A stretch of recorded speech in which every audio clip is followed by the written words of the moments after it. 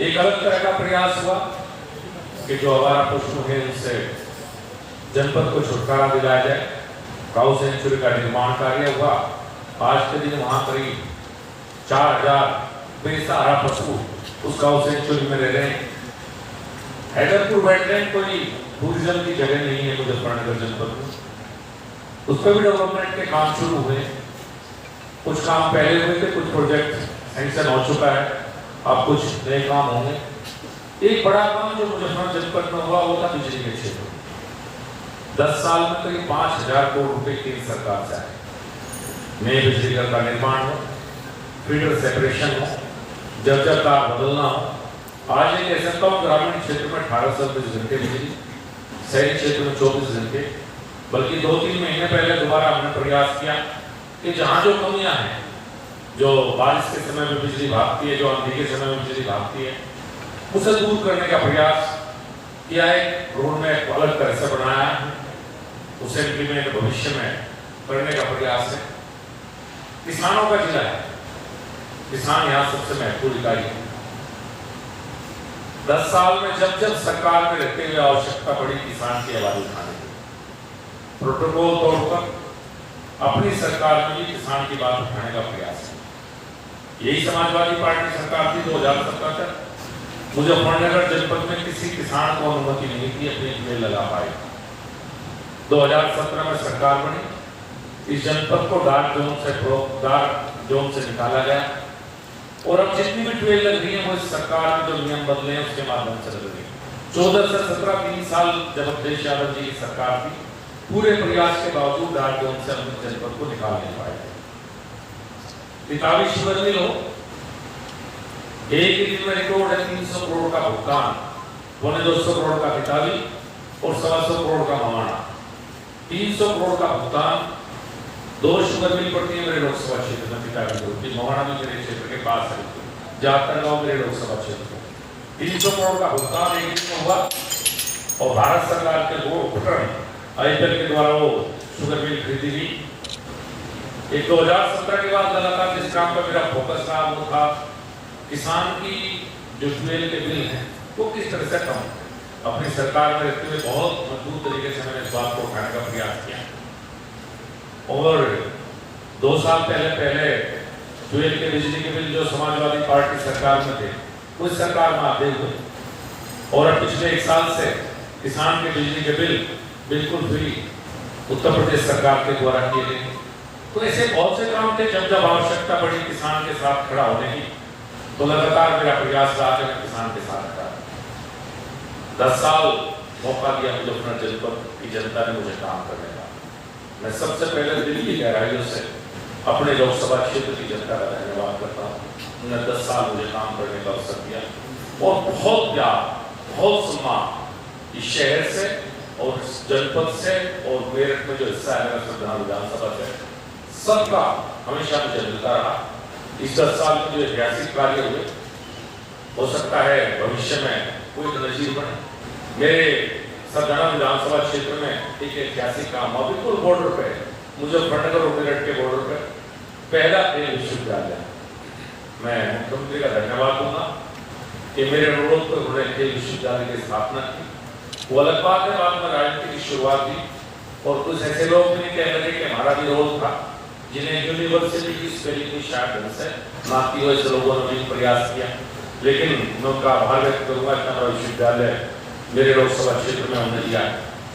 मुजफ्फरनगर जनपद की राजनीति जब मुझे मिली तो एक परिवार का एक अधिकार,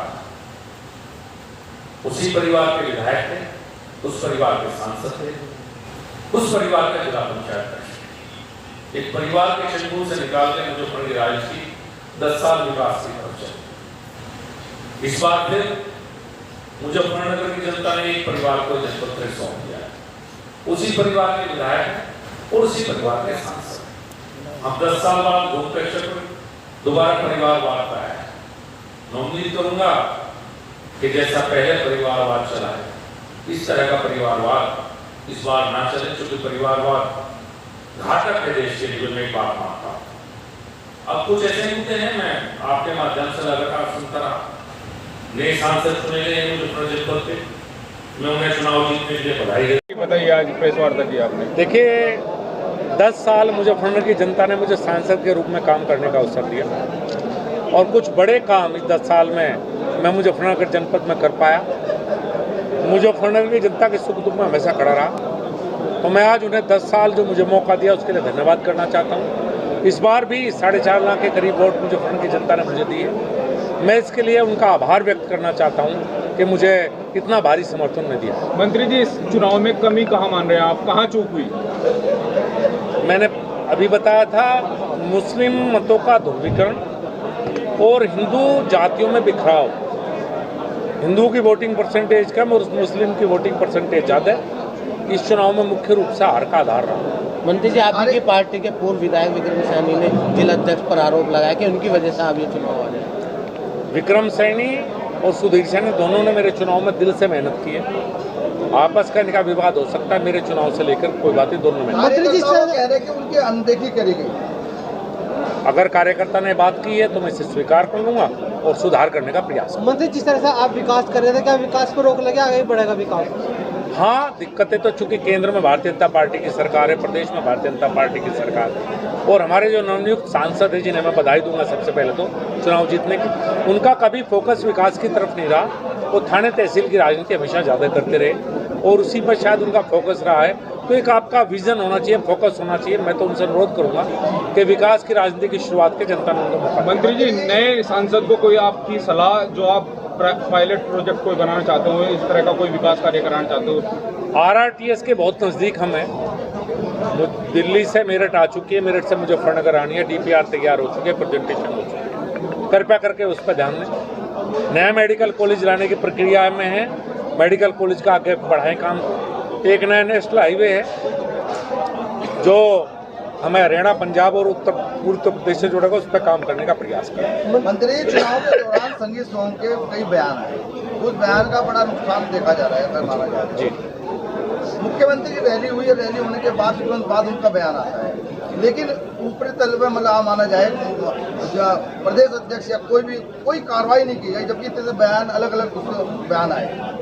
हाँ, मैं उम्मीद करता हूँ कि कार्रवाई होनी चाहिए थी और आगे भी उम्मीद रखूंगा अपनी पार्टी से कि जो बिल्कुल खुले तौर पर जिन्हें समाजवादी पार्टी का चुनाव लड़ा है और यहाँ बड़ी पोजीशन लिए हुए हैं और सरकारी सुविधाएं भी ले रहे हैं, तो कृपया करके पार्टी, मेरा निवेदन रहेगा, पार्टी उस पर शायद ध्यान देगी और कार्रवाई निश्चित। मंत्री जी, समाजवादी पार्टी के संसद जीतने के बाद हिंदू महिला के साथ छेड़छाड़ी घटना बढ़ी है, एक वीडियो वायरल हुआ था जाट कॉलोनी का, क्या कहेंगे आप इस बारे में? कुछ लोगों को गलतफहमी हो गई थी कि सांसद बन गए तो बहुत बड़े बन गए। वो गलतफहमी पुलिस ने दूर कर दी है। मैं लगातार पुलिस के संपर्क में हूँ। सरकार प्रदेश में योगी जी के ऊपर मोदी जी की है, तो जिनके मन में गलतफहमियां वो निकाल दें।